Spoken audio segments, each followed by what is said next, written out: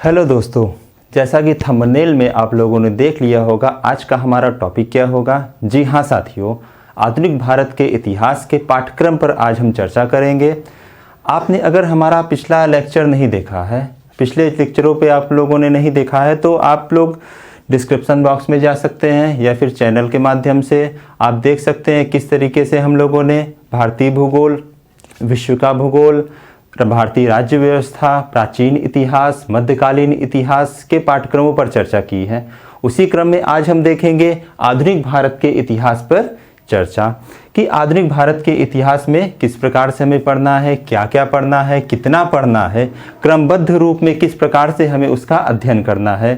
तो साथियों, मैं विवेक प्रयागराज से आपके समक्ष स्कॉलर स्टडी ग्रुप के साथ। तो साथियों, today we are discussing to our current topic syllabus of modern history of India. Okay, तो आइए देखते हैं शुरुआत हमको कहाँ से करनी है, मॉडर्न इतिहास की शुरुआत कहाँ से होती है, किस प्रकार से हमें चलना है। तो आइए शुरू करते हैं। साथियों, इस वीडियो को आप शुरू से लेकर अंत तक पूरा देखिएगा, क्योंकि इस वीडियो इस सिलेबस के माध्यम से ही आपके 8 से 10 क्वेश्चन ऐसे ही तैयार हो जाएंगे जो कि प्रत्येक एग्ज़ाम में पूछे जाते हैं। जैसे कि यूपीपीसीएस के एग्ज़ाम में, अधीनस्थ लोक सेवा आयोग, पेट के लेखपाल, जो भी एग्ज़ाम होगा, आप शिक्षा विभाग ले लीजिए तो उच्चतर शिक्षा विभाग में जो 30 क्वेश्चन आते हैं मॉडर्न इतिहास का, उसमें बहुत ही विशेष योगदान है। उसके बाद आप लेंगे अगर बेसिक शिक्षा की बात करेंगे, सुपर टेट के एग्ज़ाम या फिर टेट के एग्ज़ाम में जो 60 क्वेश्चन आते हैं उसमें भी आपको इससे क्वेश्चन मिल जाएंगे।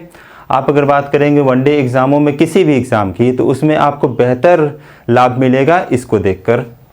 ठीक है, तो आइए शुरू करते हैं।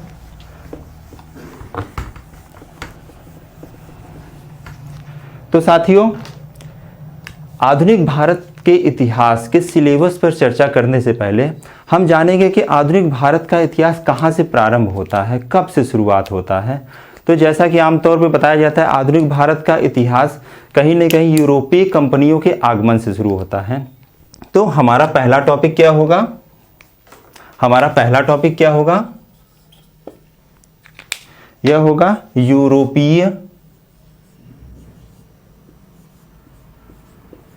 यूरोपीय कंपनियों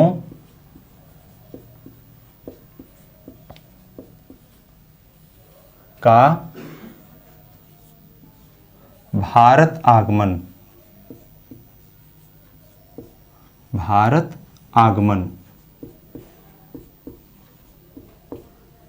यह यूरोपीय कंपनियां कौन कौन सी थीं, किस किस प्रकार से भारत आई। थोड़ी सी गर्मी ज़्यादा है, ठीक है, किस किस प्रकार से आई इस पे हम चर्चा करें। इसमें कौन कौन सी यूरोपीय कंपनियां आई इस पे हम लोग देखेंगे। सबसे पहले पुर्तगाली,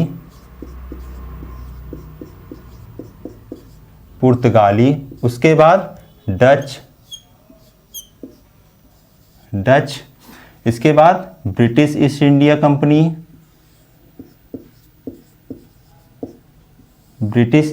कंपनी, इसके बाद कौन सी आई, डेनिश, और इसके बाद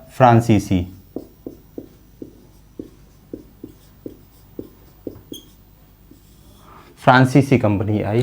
तो ये क्रमबद्ध आपको याद करना है। जब हम इस टॉपिक को पढ़ेंगे तो इसमें हम मुख्य रूप से देखेंगे कि कौन सी कंपनी कहाँ पे सबसे पहले व्यापार करने आई, व्यापार करने के बाद उसने किस प्रकार से भारत पर अपने क्षेत्र को बढ़ाया, अपने व्यापार को बढ़ाया। तो इस क्रम में हम लोग चलेंगे, ठीक है। इसके बाद जो हमारा अगला टॉपिक होगा वह ईस्ट इंडिया कंपनी। दूसरा देखिए, दूसरा टॉपिक क्या होगा हमारा, ईस्ट इंडिया कंपनी।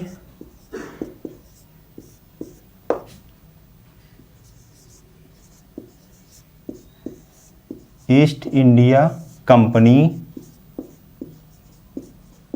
और बंगाल के नवाब। ठीक है, हम यहाँ पे देखेंगे बंगाल के नवाब किस प्रकार से बंगाल आज़ाद हुआ, अपने आप को स्वतंत्र घोषित किया।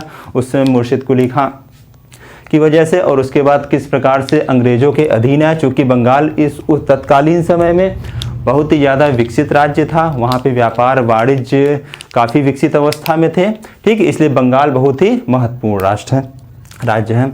और उसी समय हम लोग देखेंगे हमारे जो प्रमुख उत्तरवर्ती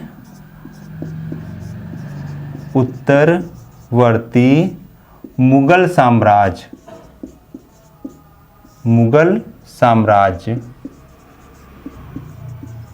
क्योंकि हम लोग जानते हैं कि भारत पे मुगल साम्राज्य एक लंबे समय तक शासन किया था, ठीक है। औरंगजेब तक हमें पढ़ना है मध्यकालीन भारत में, और औरंगजेब के बाद के जो मुगल शासक हैं उनको हमें आधुनिक भारत में पढ़ना है, क्योंकि मुगल कालीन उस समय पतन की अवस्था में था। पतन की अवस्था से बढ़ते हुए किस प्रकार कौन कौन से शासक कैसे कैसे शासन किया, इसकी हम लोग चर्चा करेंगे। इसके बाद जो अगला चैप्टर होगा हमारा, वह क्या होगा, कुछ क्षेत्रीय राज्य कुछ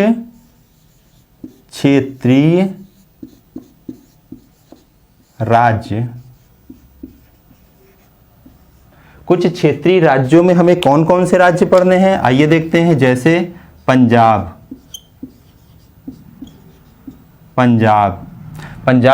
में सिख साम्राज्य को पढ़ना है। पंजाब के बाद मैसूर, हैदराबाद,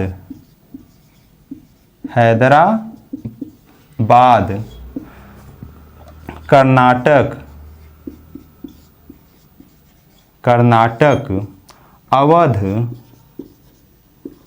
अवध के बारे में आप लोगों ने सुना ही होगा। अवध 1857 की क्रांति में अवध का विशेष योगदान था, ठीक है। इन प्रमुख हमें क्षेत्रीय राज्यों को भी पढ़ना पड़ेगा, ठीक है। इसके बाद जो हमारा अगला चैप्टर होगा वह कौन सा होगा, आइए देखते हैं। हमारा अगला चैप्टर जो होगा गवर्नर,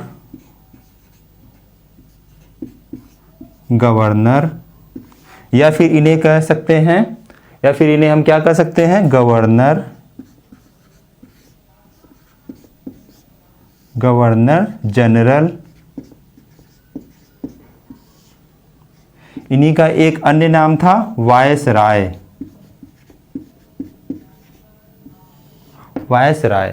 ठीक है, वायसराय। अब इसमें हम पढ़ेंगे कि शुरुआत 1757 का जो संघर्ष हुआ था, प्लासी का युद्ध हुआ था, इसके बाद किस प्रकार से कंपनी ने गवर्नर को वहाँ पे स्थापित किया, गवर्नर का शासन आया वहाँ पे। रॉबर्ट क्लाइव आप लोगों को मालूम है, या फिर हम लोग जब विस्तृत से पढ़ेंगे तो इस पे चर्चा करेंगे। रॉबर्ट क्लाइव के बाद जो प्रमुख गवर्नर हैं, जैसे वारेन हेस्टिंग्स हो गए, लॉर्ड कॉर्नवालिस हो गए, विलियम बेंटिंक हो गए, लॉर्ड कैनिंग हो गए, और आखिरी तक शुरुआत रॉबर्ट क्लाइव से लेकर लॉर्ड माउंटबेटन, जो कि हम जानते हैं भारत की स्वतंत्रता के समय लॉर्ड माउंटबेटन आखिरी अंग्रेज गवर्नर थे, इनके बारे में चर्चा करेंगे। उसके बाद हम ये जानेंगे कि गवर्नर जनरल और वायसराय में अंतर क्या होता है, आखिरकार इन दो अलग अलग नाम क्यों दिया गया है, इस पर भी हम लोग चर्चा करेंगे। अगला जो हमारा टॉपिक होगा वह देखिए, अगला जो हमारा टॉपिक होगा वह हो जाएगा 1857 की क्रांति। 1857 की क्रांति, क्या कारण थे उसके, क्यों हुई यह क्रांति, किस प्रकार से कौन कौन से लोगों ने इसमें भाग लिया, किस किस लोगों का प्रमुख योगदान थे, कौन से अंग्रेज गवर्नर यहाँ पे इन क्रांतियों को दबाने में सफल हुए, किन गवर्नर जनरलों को असफलता हाथ लगी, ठीक है। इसके बारे में हम विस्तार से चर्चा करेंगे। कौन कौन से राज्य इनके लिए उत्तरदायी थे, या फिर कौन कौन से राज्य इसकी असफलता के उत्तरदायी थे, इस पर भी हम लोग विस्तृत रूप से चर्चा करेंगे। तो देखिए हम लोग क्रमबद्ध रूप से चल रहे हैं, जो भी शुरुआत से हिस्ट्री पढ़ना है, शुरुआत से लेकर हम लोग क्रमबद्धता के रूप में चलेंगे। कोई इसमें ये नहीं कुछ बीच से हमने उठा लिया, कुछ चीज़ ऐसा कर लिया, ऐसा नहीं है। शुरुआत से यहाँ तक आपने नोट कर लिया हो तो मैं इसको इरेज करके दूसरा करता हूँ, ठीक है, इसको मैं हटा रहा हूँ।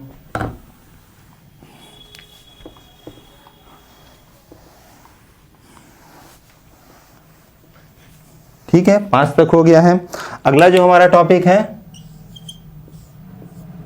अगला जो हमारा छठा टॉपिक है वह है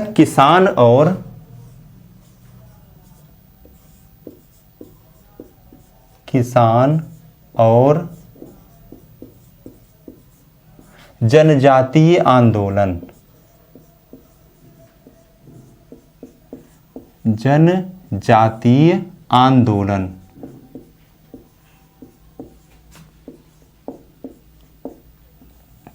साथियों, हम यहाँ पे पढ़ेंगे किस प्रकार से ब्रिटिश शासन की जो नीतियाँ थी किसानों के लिए और जनजातियों के लिए दुर्लभ सिद्ध हो रही थी, किस प्रकार से उनको संकट का सामना करना पड़ रहा था, किस प्रकार से किसानों को अपनी खेती की ज़मीन को दूसरे को दे देना पड़ रहा था, या फिर किस प्रकार से उनकी जो नीतियाँ थी इनके लिए बहुत ही ज़्यादा खतरनाक होती जा रही थी। लोग किसानी छोड़ के किसी अन्य क्षेत्र में चले जा रहे थे। इस पर भी हम लोग विस्तृत से चर्चा करेंगे। आगे हम लोग जो देखेंगे, अगला जो हमारा टॉपिक रहेगा, भारत में शिक्षा का विकास। भारत में शिक्षा का विकास, ये टॉपिक देखिए। शिक्षा विभाग के जो भी एग्ज़ाम होते हैं, चाहे वो सुपर टेट हो, चाहे उच्चतर शिक्षा आयोग के एग्ज़ाम हो, यूपी टेट हो, यह इससे क्वेश्चन जरूर बनते हैं। भारत में कौन कौन सी नीतियाँ आई शिक्षा के लिए, अंग्रेजों ने क्या क्या किया, उसके लिए जरूर आते हैं। अगला जो इसमें हम पढ़ेंगे, प्रेस की स्वतंत्रता या फिर प्रेस का विकास।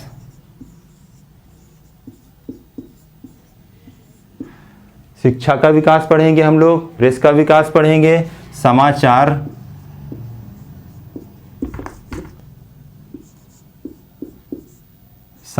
पत्र, कौन कौन से समाचार पत्र कहाँ कहाँ से प्रकाशित हुए हैं, उसके बाद समाचार पत्रों को किस प्रकार से प्रतिबंध लगाया गया, किस किस गवर्नर जनरल ने इसका प्रतिबंध लगाया, इस पर भी हम लोग विस्तृत रूप से चर्चा करेंगे। सब छोटे छोटे टॉपिक लेकिन बहुत ही इंपॉर्टेंट, बहुत ही महत्वपूर्ण टॉपिक है ये। इन टॉपिकों को पढ़ना बहुत ही आवश्यक है। यहाँ लोग क्या करते हैं, स्किप कर देते हैं, इसको छोड़ देते हैं। क्यों छोड़ते हैं भाई, ये बहुत ही महत्वपूर्ण टॉपिक। आखिरकार प्रेस हमारा चौथा स्तंभ माना जाता है, क्यों हम इसको छोड़ देते हैं, क्यों हम समाचार पत्रों को नहीं पढ़ते हैं, कौन सा उत्तरमार्तन कहाँ से निकला, आप लोग बेसिक तो पढ़ लेते हैं, लेकिन आखिरकार क्यों इस पर प्रतिबंध लगाया गया, इस पर हम लोग चर्चा करेंगे। शिक्षा के विकास पे कौन कौन से कानून बने, कौन कौन से गवर्नर जनरल के समय कानून बने, इस पर हम लोग विस्तृत चर्चा करेंगे। ठीक है, अगला जो हमारा टॉपिक होगा, आइए देखते हैं 8वें नंबर का जो टॉपिक होगा वह होगा हमारा भारतीय राष्ट्रीय कांग्रेस। भारतीय राष्ट्रीय कांग्रेस का गठन, भारतीय राष्ट्रीय कांग्रेस का गठन हम पढ़ेंगे। तो एक टॉपिक में इसमें और छूट गया है, जरा सा देखिएगा, शिक्षा का विकास, प्रेस का विकास, समाचार पत्र, इसी में ही एक टॉपिक और हम इसी के आगे बढ़ेंगे, वह है सामाजिक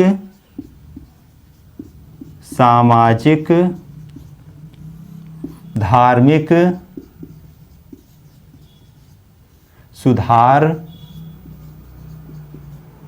सुधार आंदोलन। सामाजिक धार्मिक सुधार आंदोलनों पर भी हम लोग इस वक्त ही चर्चा करेंगे। ठीक है, आखिरकार विकास हुआ है, अगर समाचार पत्र से लोगों को जानकारी मिली है, प्रेस के विकास से लोगों को विश्व की जानकारी मिल रही है, शिक्षा का स्तर बढ़ा है, तो कहीं ना कहीं सुधार तो होगा ही। ठीक है, कहीं ना कहीं सामाजिक स्तर में बढ़ोतरी होगी, धार्मिक जो अंधानुकरण है, धार्मिक अंधविश्वास है, उसमें कमी तो आनी ही है। तो इसके लिए जिस प्रमुख लोगों ने योगदान दिया है उस पर हम चर्चा करेंगे। आप लोगों को मालूम है इस समय कौन कौन लोगों ने योगदान दिया था। जैसे प्रमुख थे इस समय राजा राम मोहन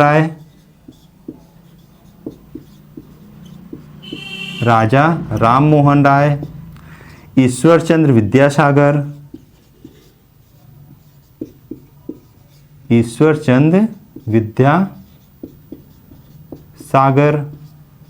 उसके बाद दयानंद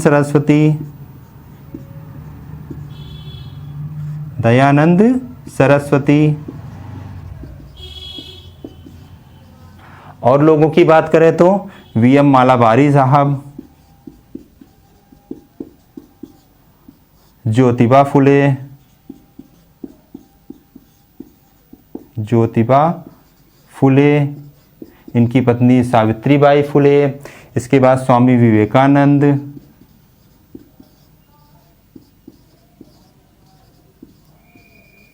स्वामी विवेकानंद।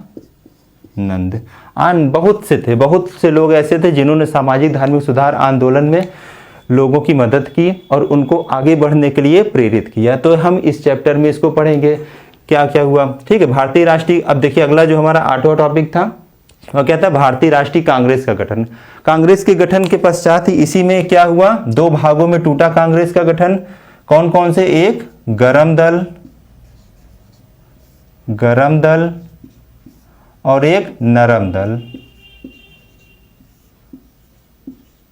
आखिरकार क्या कारण था कि कांग्रेस 2 भागों में विभाजित हुई। एक ऐसी पार्टी जो कि भारत की समस्याओं को सुलझाने के लिए आई थी, परंतु ये 2 भागों में क्यों बट गई, आखिरकार इनके क्या विचार नहीं मिले या फिर कुछ अन्य कारण थे कि ये लोग अलग हो गए।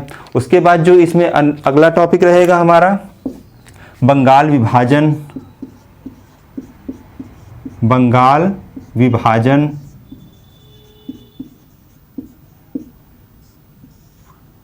ठीक है, कांग्रेस का गठन हम जानते हैं कब हुआ, 1885 में हुआ। ठीक है, कांग्रेस का विभाजन उसके बाद कब हुआ, ठीक है, 19वीं शताब्दी के स्टार्टिंग में शुरू हो गया। ठीक है, इसके बाद ही अगला टॉपिक जो इसमें होगा स्वदेशी आंदोलन।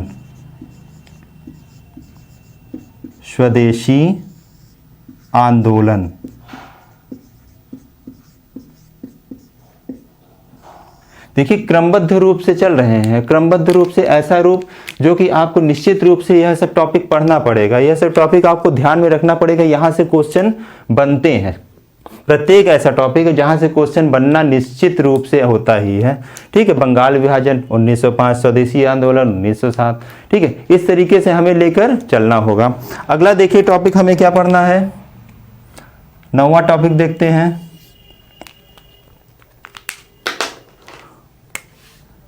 अब जाहिर सी बात है भारतीय राष्ट्रीय कांग्रेस का गठन हो गया, तो इसके बाद क्या है, भारत में कुछ क्रांतिकारी आंदोलन हुए, भारत और विदेश में कुछ क्रांतिकारी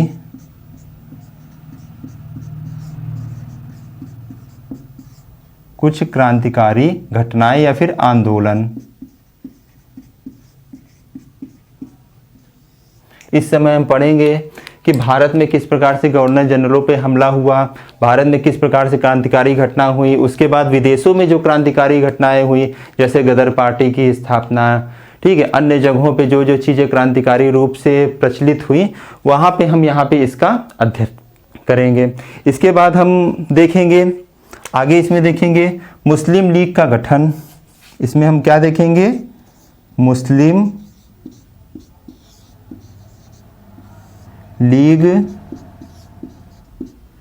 का गठन। आखिरकार मुस्लिम लीग क्यों बनी, इसका क्या कारण था। ठीक है, यहाँ पे गठन कहाँ पे हुआ, यह कब हुआ, 1906 में हुआ। ठीक है, तो उसी समय की घटनाएं हम इस पे अध्ययन करेंगे। ठीक है, कुछ क्वेश्चन डायरेक्ट पूछ लेते हैं, मुस्लिम लीग का गठन कब हुआ, कहाँ हुआ, ठीक है, इसके कौन कौन से सदस्य थे। तो ठीक है, इस पे हम लोग चर्चा करते हुए आगे बढ़ेंगे।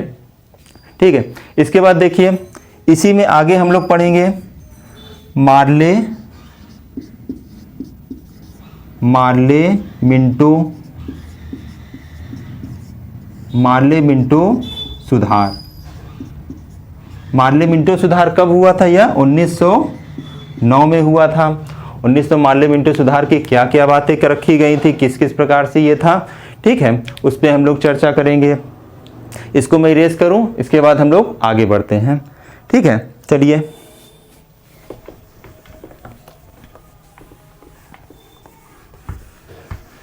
आप लोग इसको अपनी कॉपी में नोट करते रहिए। नोट करने से आपको क्या होगा, आपके टॉपिक तैयार होंगे। आपको पता है कि हमें ये पढ़ना है, हमारे से ये क्वेश्चन छूट रहा है, ये क्वेश्चन छूटने से क्या होगा, आपकी तैयारी प्रभावित होगी। ठीक है, प्रभावित ना होने पाए तैयारी। आप इसको नोट करेंगे, आपको टॉपिक तो याद रहेगा, आपको सिलेबस तो याद रहेगा। और कहा जाता है अगर आपको सिलेबस याद है तो आपकी आधी से ज़्यादा तैयारी तो अपने आप ही हो जाती है। ठीक है, इसी क्रम में हम लोग देखेंगे कि किस प्रकार से नवा टॉपिक चल रहा था, नवा था। ठीक है, नवा मार्ली मिंटो सुधार के बाद ही हम लोग एक और देखेंगे, दिल्ली में एक सम्मेलन हुआ था 1911 में, आप लोगों को याद है, जिसे हम क्या कहते हैं, दिल्ली दरबार। दिल्ली दरबार यह कब हुआ था, 1911 में। टॉपिक क्या इंपॉर्टेंट था, यहाँ से ही भारत की राजधानी परिवर्तन हुआ था। यहाँ से भारत की राजधानी क्या हुआ था, कोलकाता से हटकर दिल्ली स्थापित हो गई थी। अगला जो हमारा टॉपिक होगा 10वें नंबर का, अगला जो हमारा टॉपिक 10वें नंबर का होगा वो क्या होगा। तो साथियों हमारा 10वां टॉपिक क्या होगा, आइए देखते हैं, home rule league. Home rule league. Home rule क्या होता है, इस पर हम लोग चर्चा करेंगे। होम रूल देखिए दो लोगों ने बनाया था, किसने बनाया था, पहला तिलक जी और उसके बाद एनी बेसेंट।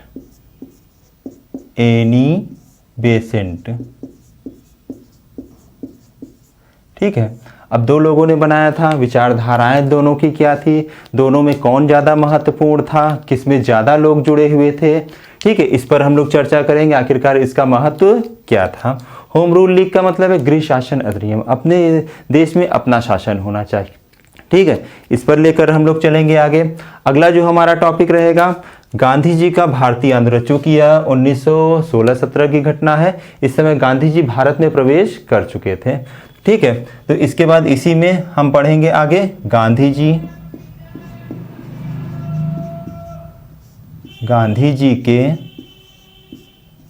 के प्रारंभिक आंदोलन।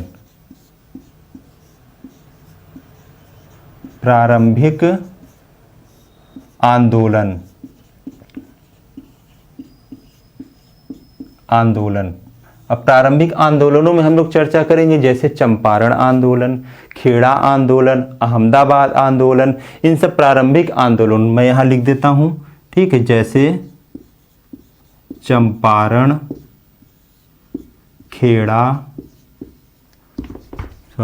अहमदाबाद और उसके बाद खेड़ा आंदोलन, ये इस प्रारंभिक आंदोलनों में आते हैं। इसके बाद अन्य आंदोलन गांधी जी किए थे, उस पर भी हम लोग बातें करेंगे। इसी में हम लोग आगे पढ़ेंगे, आगे हम लोग क्या पढ़ेंगे, रोलेट एक्ट।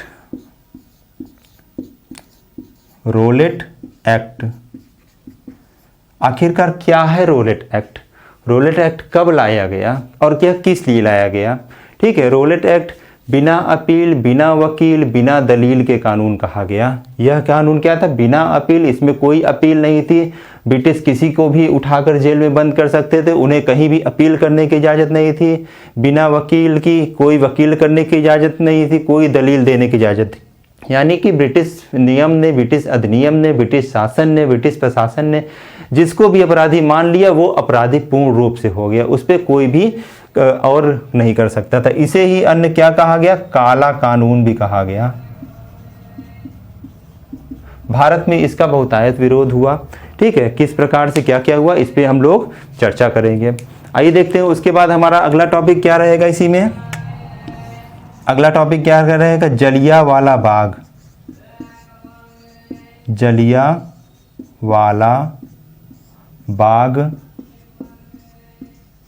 हत्याकांड। जलियांवाला बाग हत्याकांड यह कब हुआ था, 13 अप्रैल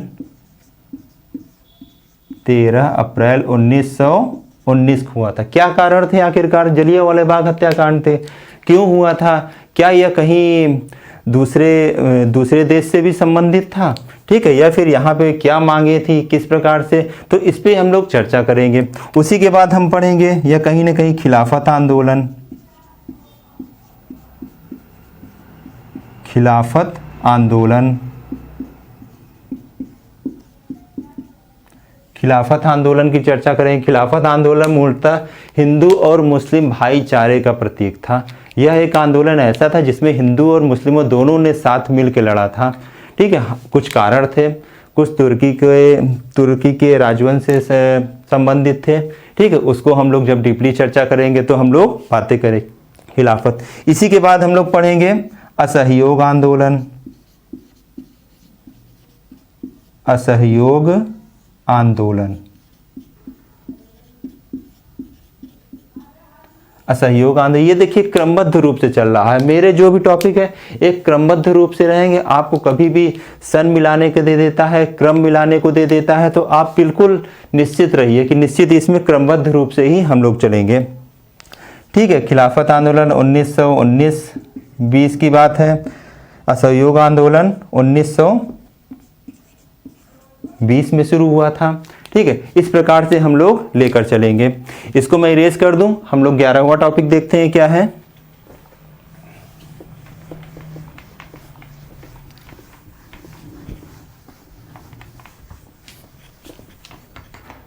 आइए हम लोग देखते हैं 11वां टॉपिक क्या है।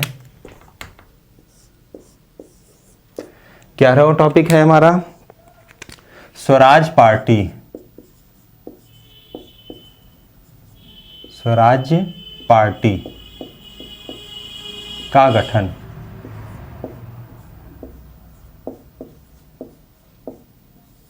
कब हुआ था यह? 1923 में।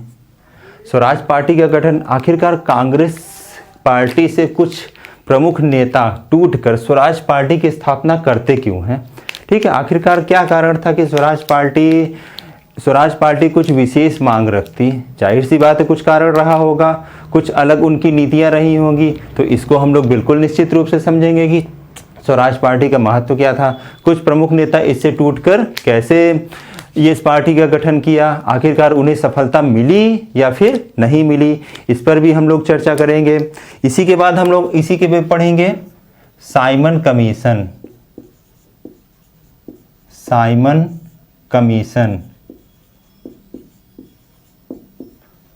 आपको याद होगा यहां पर साइमन कमीशन 1927-28 में भारत आया। ठीक है, हम लोग इसके बारे में एक प्रमुख जानते हैं कि लाठीचार्ज से लाला लाजपत राय की मृत्यु हो गई। ठीक है, आखिरकार क्या कारण था, क्यों आए थे साइमन कमीशन भारत, आखिरकार क्या करने आए थे, किन नीतियों को बनाने आए थे या किसका एनालिसिस करने आए थे, किन नीतियों को देखने आए थे। ठीक है, इस पर हम लोग चर्चा करेंगे। लाला लाजपत राय आखिरकार क्यों विरोध कर रहे थे इसका, इस पर हम लोग चर्चा करेंगे। अगला जो हमारा टॉपिक रहेगा वह होगा लाहौर अधिवेशन। लाहौर अधिवेशन, लाहौर अधिवेशन का मतलब क्या हुआ? ठीक है, लाहौर अधिवेशन,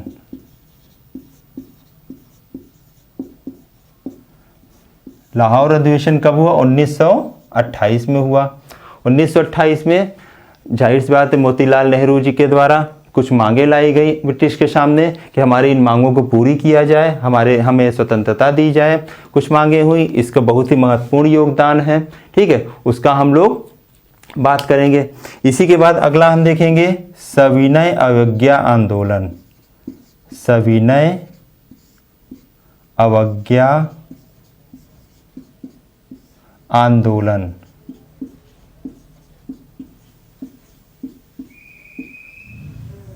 सविनय अवज्ञा आंदोलन क्या है? सविनय अवज्ञा आखिरकार असहयोग आंदोलन, खिलाफत आंदोलन, सविनय अवज्ञा आंदोलन आखिरकार ऐसा नाम क्यों रखा गया है? तो इस पे हम लोग चर्चा करेंगे। यह कब सविनय अवज्ञा आंदोलन आया? 1930 और 31 के अंतर्गत यह आंदोलन चल रहा था। इसी के दौरान क्या हुआ? गोलमेज सम्मेलन। गोलमेज सम्मेलन, गोलमेज सम्मेलन हुआ। गोलमेज सम्मेलन के बाद क्या हुआ?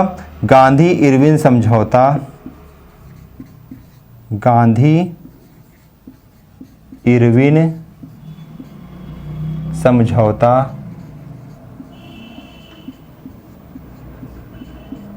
गांधी इरविन समझौता। इसके बाद कराची अधिवेशन।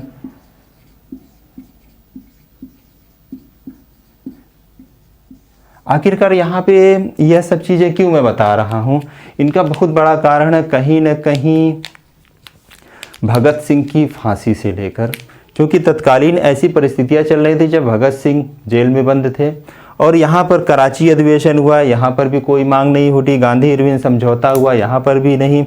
इसी समय भगत सिंह को फांसी हुई थी। इस पर पूरा हम लोग बात करेंगे कि किस प्रकार से उनकी फांसी रोकी जा सकती थी, या फिर कह सकते हैं कि किस प्रकार से उनको ऐसी कोई मांग नहीं की गई कि उनकी फांसी को रोका जा सके। ठीक है, इस पे हम लोग विस्तृत रूप से चर्चा करेंगे। इसी के आगे हम लोग पढ़ेंगे सांप्रदायिक पंचाट। सांप्रदायिक पंचाट क्या है? सांप्रदायिक पंचाट 1932 में, ठीक है, कराची अधिवेशन 1931 में। ठीक है, तो इस पे सांप्रदायिक पंचाट पढ़ेंगे। आखिरकार अनुसूचित जाति और जनजाति को क्यों आरक्षण दिया जा रहा था राजनीतिक क्षेत्र में, उनकी मांग क्यों उठ रही थी, क्या पुराना काफ़ी सोशली रूप से बाइकआउट थे। ठीक है, उसके लिए डॉक्टर भीमराव अंबेडकर ने मांग उठाई थी, जिस पे एक समझौता हो गई, उनको कुछ सीटों को दिया गया राजनीतिक क्षेत्र में।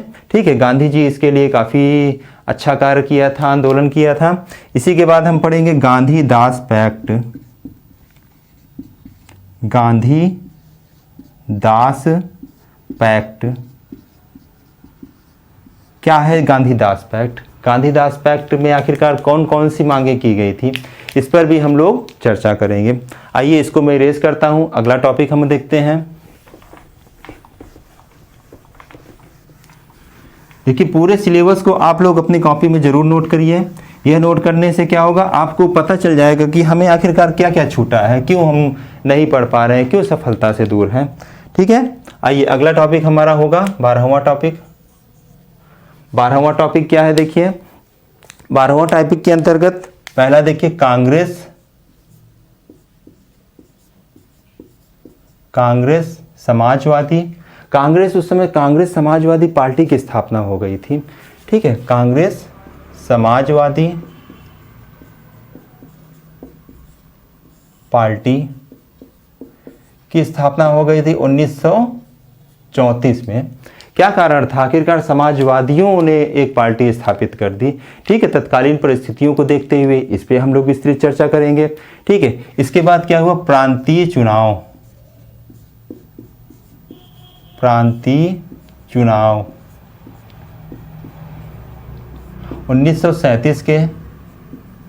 1937 के जो प्रांतीय चुनाव हुए, उसमें किस प्रकार से कांग्रेस को सफलता मिली, कहाँ कहाँ उन्होंने सरकार बनाई, आखिरकार क्या कारण था कि कहीं किस जगहों पे उनकी सरकार नहीं बनी, मुस्लिम लीग ने किस तरीके से इनका विरोध किया, और आखिर में चलकर यह चुनाव से जो कांग्रेस की 8 राज्यों में सरकार बनी थी, उसका क्यों इस्तीफा दे दिया गया, इस पर भी चर्चा करेंगे।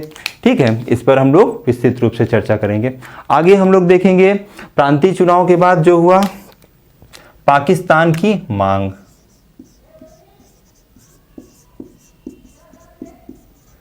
पाकिस्तान की मांग।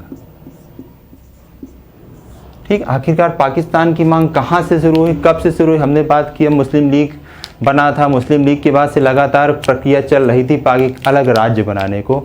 ठीक है, चौधरी रहमत अली का नाम भी इसमें प्रमुख रूप से लिया जाता है। ठीक है, अन्य लोग भी जुड़े हुए थे। 1940 में चलकर पहली बार पाकिस्तान शब्द की मांग की गई कि हाँ ठीक है, पाकिस्तान को एक बनाया जाना चाहिए। उसमें तमाम बातें हुई कि पाकिस्तान को बनाया जाए या ना बनाया जाए, इस पर हम लोग चर्चा करेंगे किस प्रकार से है। अगला जो हमारा प्रमुख होगा वह देखिए क्या है, व्यक्तिगत सत्याग्रह।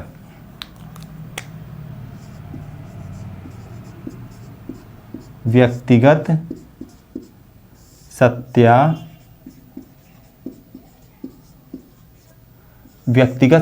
व्यक्तिगत सत्याग्रह क्या होता है, कब से, यह कब हुआ? 1940 में व्यक्तिगत सत्याग्रह की शुरुआत हुई। इसी की बात आता है क्या, Cripps mission,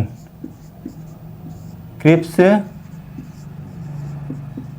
mission, Cripps Mission आता है। इसी के समय भारत छोड़ो आंदोलन,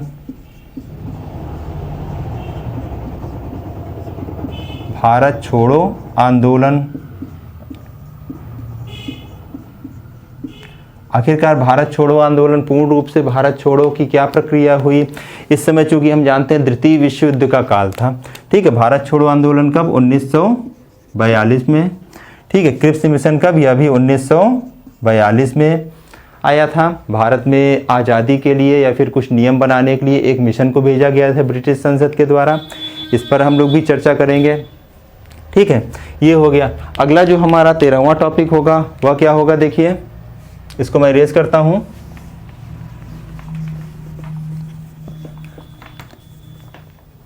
हमारा जो 13वां टॉपिक होगा, ठीक है, वह क्या होगा? देखिए, आजाद हिंद फौज।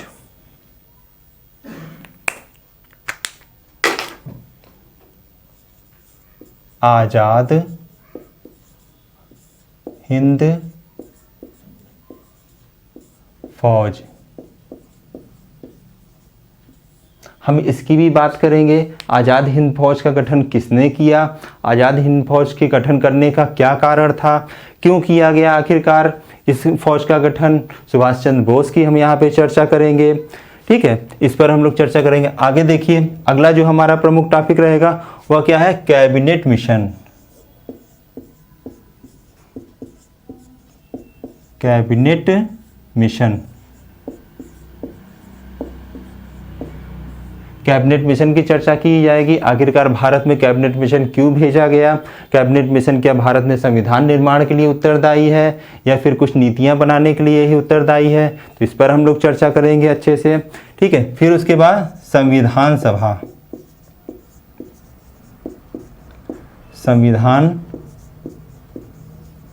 संविधान सभा के बारे में बातें करेंगे। संविधान सभा आखिरकार कैसे बनी? क्या यह वोटिंग पे आधारित थी? कहाँ कहाँ के कितने कितने सदस्य यहाँ पे आ गए थे?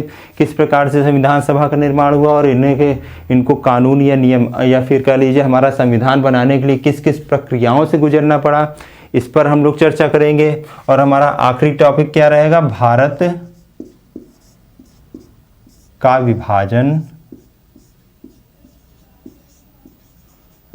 विभाजन और भारत का विभाजन और स्वतंत्रता हम लोग इस पर चर्चा करेंगे। आखिरकार भारत का विभाजन किस प्रकार से हुआ? किस प्रकार से गांधी जी को वन मैन बाउंड्री कहा गया? ठीक है, किस प्रकार से लॉर्ड माउंटबेटन पूरी तरीके से असहाय हो गए थे इस समय विभाजन के समय? इस पर भी हम लोग चर्चा करेंगे। तो अब इसमें देखिए, कुछ टॉपिक अगर छूटे रह जाते हैं तो उनको आप मुझे मैसेज करिएगा, मैं उस पर भी वीडियो बनाऊंगा, ठीक है। जैसे इसमें कुछ क्या है, कांग्रेस के अधिवेशन जो हैं,